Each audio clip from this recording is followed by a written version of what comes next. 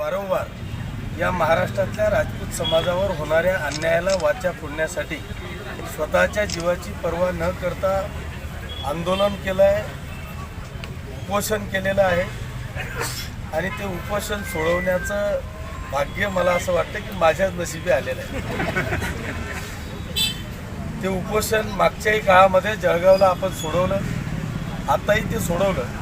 खरं म्हणजे मी जरी भाग्य हा शब्द वापरला तरी मला असं वाटतं की ते आपल्या समाजासाठी दुर्दैवाची गोष्ट आहे की एखाद्या कामासाठी आपल्याला जर का उपोषणाला बसावं लागत असेल तर ते मला वाटतं आपल्या सगळ्यांचं दुर्दैव आहे असं म्हटलं तर वावगं ठरणार नाही। त्याच्यामुळे भविष्यात आपल्या या समाजाच्या कुठल्याही कामासाठी कुठल्याही समाज बांधवांना उपोषण करण्याची वेळ येणार नाही याची काळजी निश्चितपणे भविष्यात आम्ही घेऊ।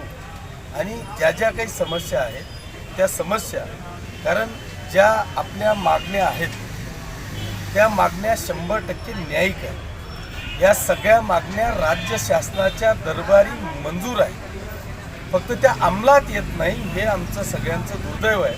त्या अंमलात आणण्याच्यासाठी निश्चितपणे शासनाचा प्रतिनिधी म्हणून, लोकप्रतिनिधी म्हणून या माननीय मुख्यमंत्री महोदयांच्या निदर्शनास आणून लवकरात लवकर माननीय गिरीशजी परदेशी आणि या महाराष्ट्रातल्या सकल राजपूत समाजाच्या ज्या ज्या काही न्यायिक मागण्या आहेत त्या तात्काळ मंजूर व्हाव्यात अशा पद्धतीचा प्रयत्न मी येणाऱ्या काळामध्ये करेल।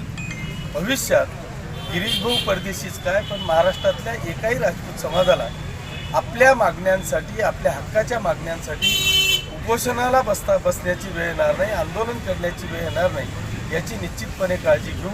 आज माझ्या शब्दाला महाराष्ट्रातले राजपूत समाजाचं काम करणारे, करणी सेनेचं काम करणारे सगळे प्रमुख पदाधिकारी आज या आंदोलनस्थळी आलेले आहेत, उपोषणस्थळी आलेले आहेत। गिरीश भाऊंनी त्यांचा आणि माझा मान ठेवून आज हे उपोषण सोडवलं, त्याबद्दल त्यांचे मी मनापासून आभार मानतो।